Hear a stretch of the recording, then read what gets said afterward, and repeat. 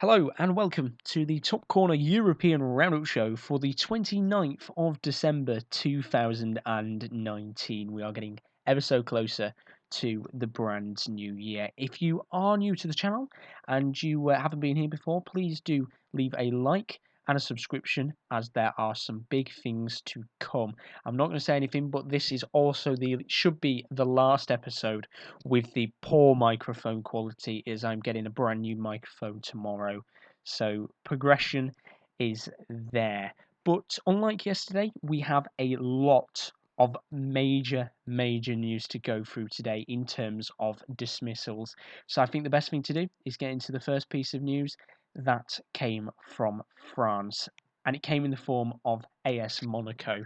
And they officially announced that they have sacked their manager, Leonardo Jardim, for the second time in 14 months. Now, it comes as a surprise to me, and not in the sense of the dismissal, but the timing of the sacking. Of course, it is a period of time in Ligue 1 where the winter break occurs, so there's plenty of time for clubs to really nitpick if they want to sack their manager and bring someone else in.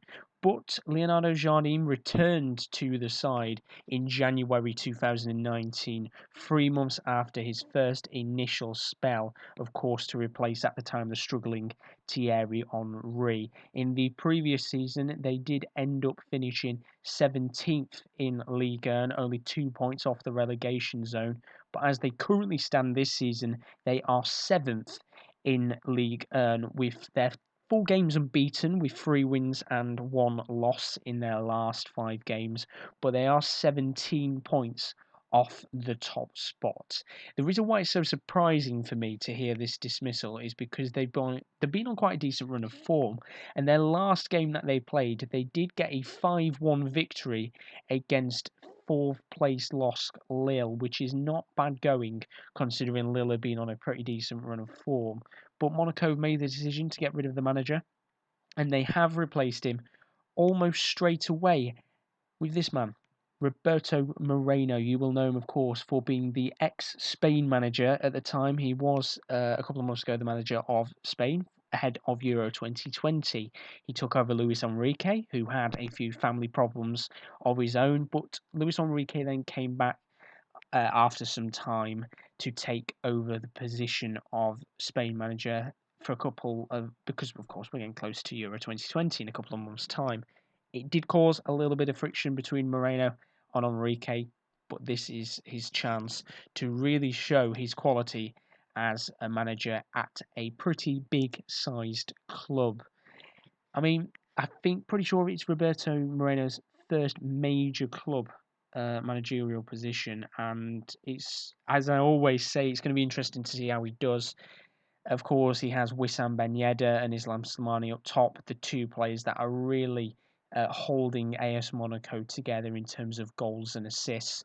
Monaco scoring 31 goals this season, one of the highest league goal scorers. In fact, they're the second highest in the league, just behind Paris Saint-Germain, which is a crazy stat, but it's the defensive problems with 26 goals conceded, which in comparison is quite a lot when you see that Dijon in 16th place have only conceded 22.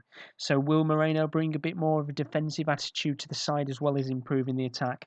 We don't know. But we go on to another club that have made a dismissal today, and that was West Ham United. This one isn't a shock. It's more shocking for the fact that West Ham didn't sack him earlier, in my opinion, but Manuel Pellegrini was dismissed as the manager of West Ham after a 2-1 defeat to Leicester. It was their 9th loss in 12 games. West Ham find themselves in 17th place, only 1 point above the relegation zone, with, of course, West Ham fans calling for the axe. As I said before, to me, it's quite a surprise that he wasn't dismissed earlier. The warning signs were there pretty early on, and he just looked lackluster, to be honest. They weren't really. He wasn't really motivating the team, and a lot of the losses that they've had have been pretty poor. Now, unlike AS Monaco, they haven't announced a manager straight away. So, who are the potential candidates to take over the job? One of those is David Moyes. Now, of course, he previously had a spell in charge of West Ham when he took over after Slaven Bilic's dismissal between November 2017 and May 2018. However, it's safe to say that the fan reaction online is pretty negative to the news of David Moyes. Of course, they don't want him in. They want progression, not to regress as a club. Another manager that was linked to the side was that man, Rafa Benitez. Of course, he is the manager currently of Dalian Yifang in the Chinese League. Now, the Chinese League has actually finished for the season, so there's the potential chance in terms of things being a little bit easier. Well, it's not going to be easy because he's a massive manager for the club, but because the season's ended, it makes things the tiniest bit easier for the Spanish manager to move to the side. But what could also play a major part in Rafa Benitez leaving the Chinese league, whether it be for West Ham or not, is the brand new rules on wages that came out, which we talked about yesterday. Could that have an effect on Rafa Benitez staying as the Dalian Yifang manager? Of course, he's repeatedly said, including on Sky Sports when he was on the Monday thing that they do on television. He's repeatedly said he's happy to stay at the club. But will he stay or not? We don't know. And finally, another name that's been linked with the side is that man there, Niko Kovac. Now, of course, he has had previous experience with one of their players, that being Sebastian Haller. Of course, he played at Eintracht Frankfurt under Niko Kovac, and a lot of fans think he would be the perfect fit for the side. Of course, getting them quite comfortably into those top 10 spots in the Bundesliga and also winning the DFB Pokal in his time at the club. So where do West Ham go? It's interesting. Manuel Pellegrini's gone. Will they bring in a new manager? Of course, their next game being on New Year's Day. Will they have someone in by then? Who knows?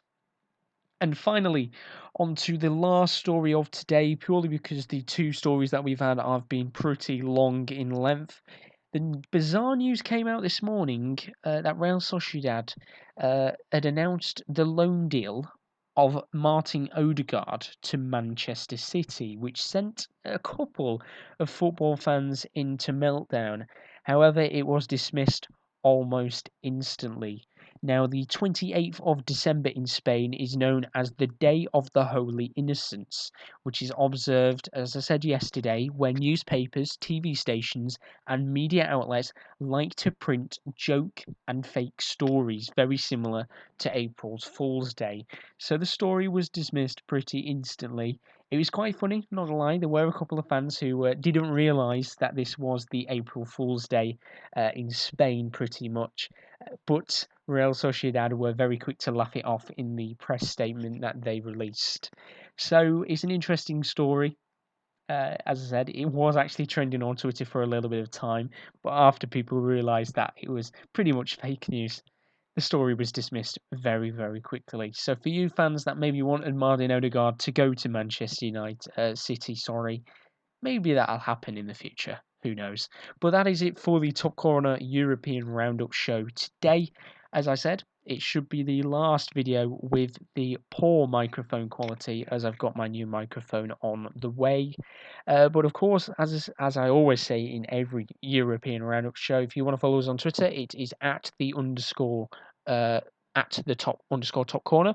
If you want to follow us on Facebook, it's just the top corner. And if you want to follow us on Instagram, it's the underscore top corner blog. And you can also catch the European Roundup show every day at 9 a.m. UK time with our podcast available from the 8th of January every single Wednesday, as well as Transfer Deadline Day live. And keep your eyes out because I do have some news to announce on Twitter, hopefully in the next coming days. It could be big for you gaming fans. But for me on the European Roundup show, apologies for a couple of the mistakes today.